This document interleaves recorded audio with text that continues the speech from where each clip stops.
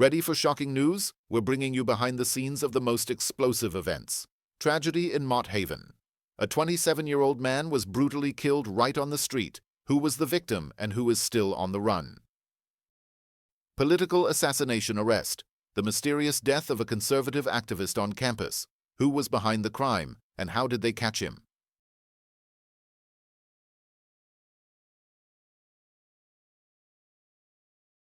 Corruption in the police ranks. A former officer and his accomplices admit to running a prostitution ring. How did they ruin the lives of so many families? Schools in panic. False information celebrating a death caused threats and lockdowns.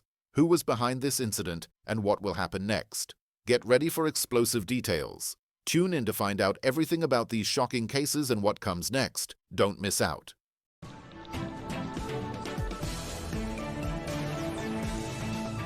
He's a good man, and we all make mistakes, including all of you. 3 individuals, including former Suffolk police officer George Tigliozzi, pleaded guilty to running a prostitution ring in Suffolk County. The ring operated out of the Tunnel of Love in West Babylon and the American Girls Spa Suite in Holbrook. He took responsibility today for his actions. Tigliozzi admitted to promoting prostitution, official misconduct, and unlawful imprisonment.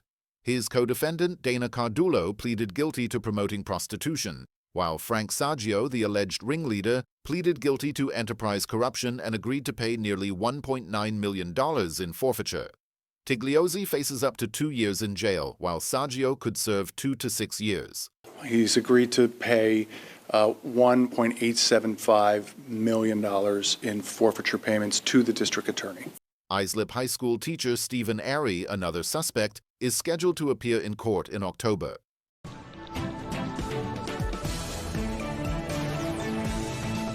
A potential strike by Long Island Railroad unions could bring the entire transit system to a halt. Alex takes the train several times to the city for classes at Baruch College. I'm not even sure because I don't know how else I would get there. I might have to drive, but I'd rather not. Affecting over 300,000 daily riders. If the strike occurs, no trains will run, leaving commuters uncertain about alternatives.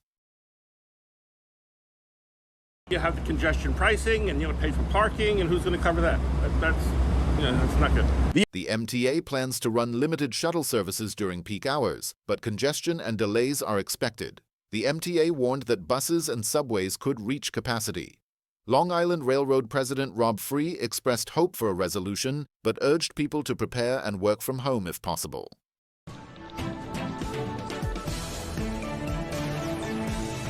A suspected MS-13 associate, Jamie Manuel Perez, was arrested near Brentwood High School during an ICE operation. Perez, 42, is wanted in El Salvador for extortion and threats. He was apprehended on September 3rd during a traffic stop. Perez had previously been stopped by U.S. Border Patrol in 2019 after illegally entering the country. Local residents expressed concerns about the presence of MS-13 members in the community. Perez is currently being held by ICE pending his deportation. I'm highly concerned that we have MS-13 people walking around the community, creating a potential threat to anybody.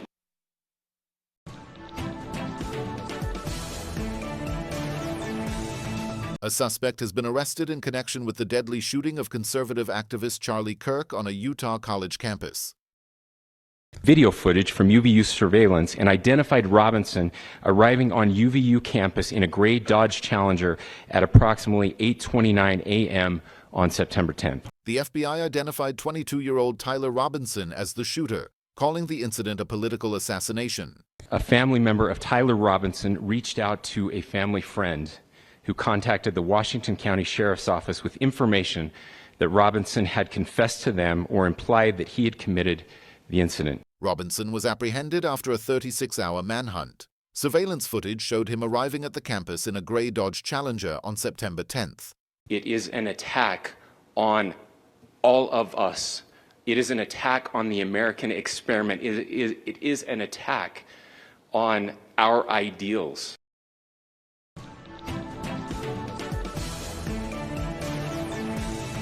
A social media video celebrating the death of Charlie Kirk led to confusion and a security scare at Linden Public Schools. The person in the video was mistakenly identified as a school employee, resulting in threats of violence and a shelter-in-place order for all schools in the district. Violence has no place in schools.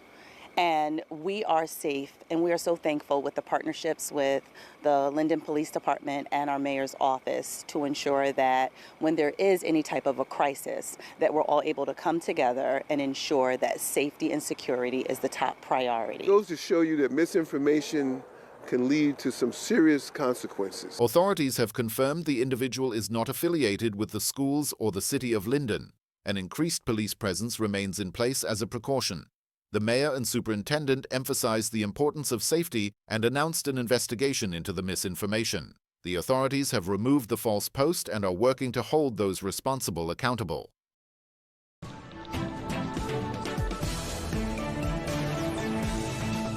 Good Friday morning, and thank you so much for waking up with us here on News 12 The Bronx. I'm Nadia Galindo. We have breaking new information this morning on the deadly stabbing in Mott Haven. News 12's Brittany Cadet joining us now from the 40th precinct with what we just learned about the victim and the killer police are now searching for. Brittany. Nadia, police tell us 27-year-old Tyquise Bell is who was stabbed to death yesterday in Mott Haven, and this all happened in broad daylight. A 27-year-old man was fatally stabbed in Mott Haven, leaving the community shocked. Police are actively searching for the killer. The crime occurred yesterday at 4:00 p.m. near the intersection of 138th Street and Cypress Avenue. Oh, he's young. Oh, that hurts. Wow, that could have been a brother. That could have been a father. That could have been sad. I hate to hear stuff like that. I really do. The victim, Bell, was found with stab wounds and later died in the hospital. The attacker fled the scene and was last seen wearing all black. Local residents were stunned, remarking that anyone could have been the victim.